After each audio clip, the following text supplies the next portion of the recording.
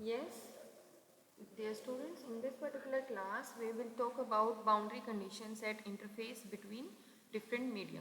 अक्सर बच्चों को काफ़ी कन्फ्यूज़न रहता है कि हमारे जो फील्ड्स हैं, टाइम डिपेंडेंट फील्ड्स हैं, हमारे मैग्नेटिक फील्ड हुआ, इलेक्ट्रिक फील्ड हुआ, डी हुआ है, एच हमारा इंडक्शन जो है, मैग्नेटिक इंडक्शन जो है, कि इनकी बाउंड्री पे जो है कंडीशंस किस तरीके से जो है रहती है। तो फिजिकली जब तक हम इस चीज़ को नहीं समझ पाते हैं तो हमें हमेशा कन्फ्यूज़न रहता है। तो इस पर्टिकुलर क्लास में हम समझेंगे कि इंटरफेस का क्या मतलब है और किस तरीके से जो है ये मैग्नेटिक फील्ड की, इलेक्ट्रिक फील्ड की वैल्यूज़ जो है वो इंटरफेस पे किस तरीके से बिहेव करेंगे।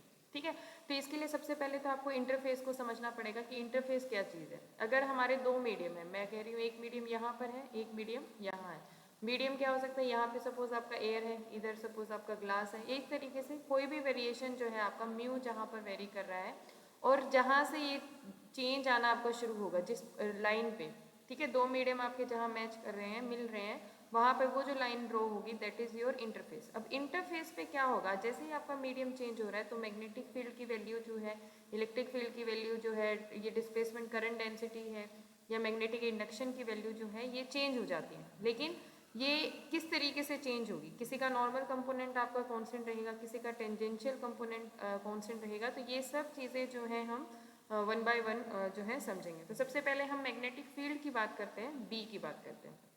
ठीक है, मैक्सवेल्स की चार इक्वेशन जो हैं हम पहले प्रीवियस लेक्चर में डिस्कस कर चुके हैं। अब हम उसी की जो सेकंड इक्वेशन जो है, मैक्सवेल सेकंड इक्वेशन जो है, del dot B is equal to zero. ठीक है, सोलेनोइडल फील्ड के लिए हम हमेशा लिखते हैं, ये आपको पता ही है, मैक्सवेल की सेकंड इक्वेशन भी इसको बुलाते हैं, या फिर हम इसको Gauss law in magnetic field के लिए भी बुलाते हैं। तो यहाँ पे इसके इक्वेशन में divergence B is equal to zero से हम स्टार्ट करेंगे। और इसके लिए हम क्या करते हैं, सबसे पहले एक इस फिगर को देखेंगे। यहाँ पर ये दो मीडियम जो है हमने ले लिए हैं, ये एक लेट से मीडियम 1 है, इधर आपका मीडियम 2 है। ओके, ये एक पिल बॉक्स जो है मैंने लिया है, एक सिलेंडर की फॉर्म में एक छोटा सा बॉक्स मैंने लिया है। तो इसमें जो है आप देख सकते हैं 4 फेसेस जो है हम ले लेते हैं। एक S1 फेस ले लेते हैं, ये वाला फेस, एक S2 हम ये इधर ले लेते हैं, और ये जो एक आपका कर्ड सरफेस जो बनेगा। ठीक है, अब कर्ड सरफेस जो सिलेंडर का बनेगा वो हम दो हिस्सों में बांट रहे हैं। एक जो मीडियम 1 में है जिसको हम S1 प्राइम बुला रहे हैं, और जो मीडियम 2 में जो ये रह गया, नीचे वाला जो हिस्सा रह गया है, उसको हम बुलाते हैं S2 प्राइम। ओके, तो इस तरीके से आपको समझना है कि हमारा ये जो बॉक्स जो हमने लिया है इसके चार सरफेस हो गई है, S1 S2 जो टॉप सरफेस, जो बॉटम सरफेस है, और S1 prime and S2 prime क्या है, जो कर्ड सरफेस है, वो ऊपर वाला जो फर्स्ट मीडियम में है उसको हमने S1 प्राइम बुलाया है, और नीचे वाले को हमने S2 प्राइम बुलाया है। इस पिल बॉक्स की अगर हाइट हम जो है डेल्टा H जो ले लेते हैं, स्मॉल हाइट जो है हम ले लेते हैं, और यहाँ पे ये जो S1 जो है इसके ऊपर नॉर्मल वेक्टर मैंने N1 एज्यूम किया है, और ये यहाँ पे N2 जो है unit vector normal to the surface हमने लिया है। इस मीडियम 1 में अगर हमने कहा कि B1 मैग्नेटिक फील्ड की वैल्यू है, और इधर इस मीडियम में लिया है हमने B2। अब यहाँ पे ये जो दो मीडियम जहाँ मिल रहे हैं इसको हमने बोला है इंटरफेस। ओके, तो हमने स्टार्ट किया था कि del dot B is equal to zero जो है हमारा सेकेंड जो मैक्सवेल की इक्वेशन है वो। ठीक है, अब अगर मैं यहाँ पे इस इक्वेशन का वॉल्यूम इंटीग्रेशन ले लेती हूँ, ठीक है, वॉल्यूमेट्रिक इंटीग्रेशन अगर ले लेती हूँ, तो यहाँ पे ये क्या हो गया, ये divergence of a vector B, ठीक है, जिसका वॉल्यूम इंटीग्रेशन जो है हमने लिया हुआ है। तो अगर हम यहाँ पे डाइवर्जेंस थ्योरम अप्लाई करें, डाइवर्जेंस थ्योरम भी मैं एक बार पहले डिस्कस कर चुकी हूँ।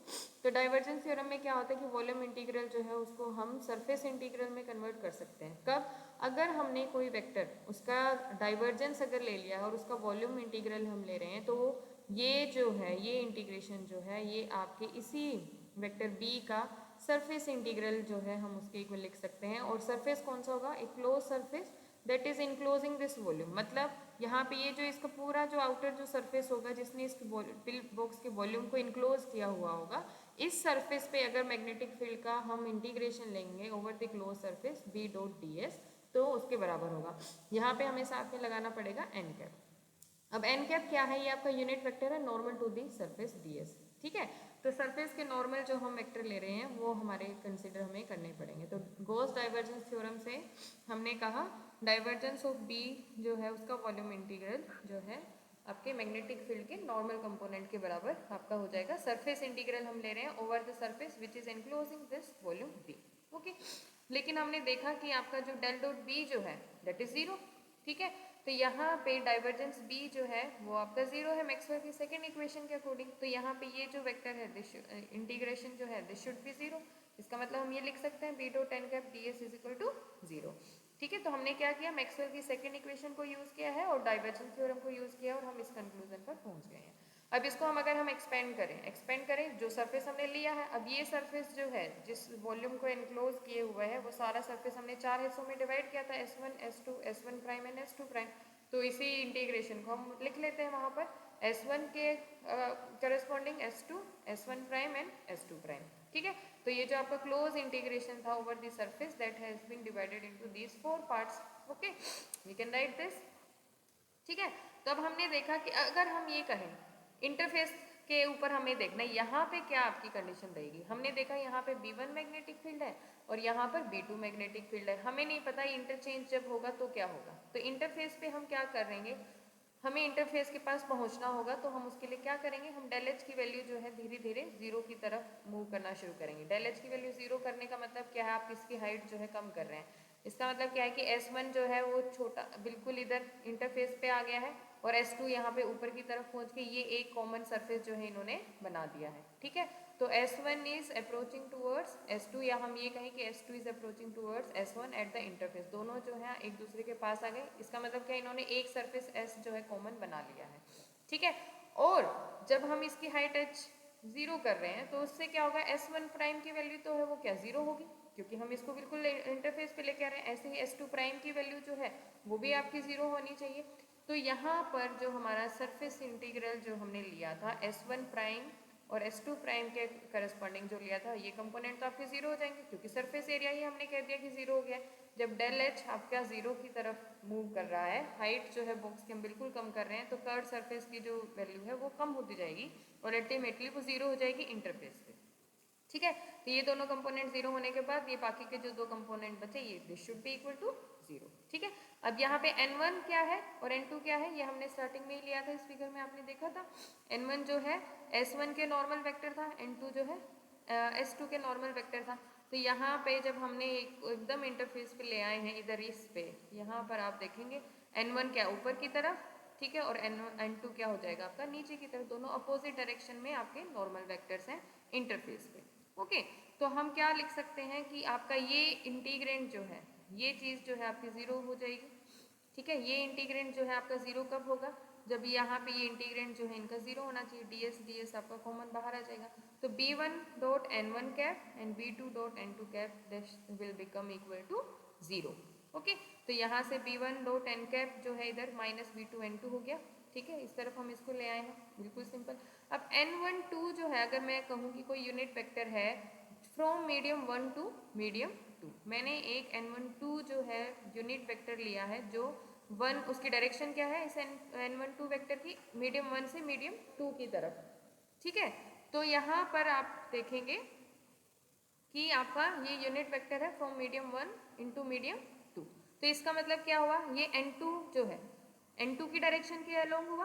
ठीक है, N2 की डायरेक्शन क्या है, इसी तरीके से मीडियम 1 से मीडियम 2 की तरफ। इसका मतलब क्या है, N12 is identical to N2 cap. ठीक है, और N12 is opposite to N1 cap क्योंकि N1 कैप की डायरेक्शन तो ऊपर की तरफ है। तो N1 और N12 तो अपोजिट हो गया और N2 और N12 आपका सेम डायरेक्शन में हो गया। तो इसको हम यूज करते हुए N1 जो था B1 N1 था हमारा, यहाँ पर B1 N1 के यहाँ पे मैंने लिख दिया माइनस N12 और माइनस B2 N2 था वहाँ पे मैंने प्लस N12 जो है आपका इधर रख दिया है। ये इधर इस कंडीशन में देखेंगे आप, N1 को तो मैंने माइनस N12 लिखना है और N2 को सिंपल N12 ही लिखना है। ये माइनस साइन इधर ऑलरेडी था, तो दोनों के माइनस साइन कैंसिल होकर आपके B1 N12 is equal to B2 N12। अब ये N12 इधर कैंसिल, ये इधर cancel, B1 is equal to B2 आपका आ गया। या फिर हम इसको इस तरीके से भी लिख सकते हैं, इन दोनों का ये डॉट प्रोडक्ट है, ये वेक्टर का और ये यूनिट डायरेक्शन का। तो यहाँ पर हम लिख सकते हैं कि ये जो है B1 का नॉर्मल कंपोनेंट है इन मीडियम 1 B1 और B2 के साथ N12 जो आपने मल्टीप्लाई किया है ये क्या है B2 का नॉर्मल कंपोनेंट। ठीक है, सेकंड मीडियम में। तो कहने का मतलब क्या है कि यहाँ पे ये आपका इंटरफेस है और हम यहाँ से इधर ऐसे जा रहे हैं और मैग्नेटिक फील्ड का वेरिएशन देख रहे हैं।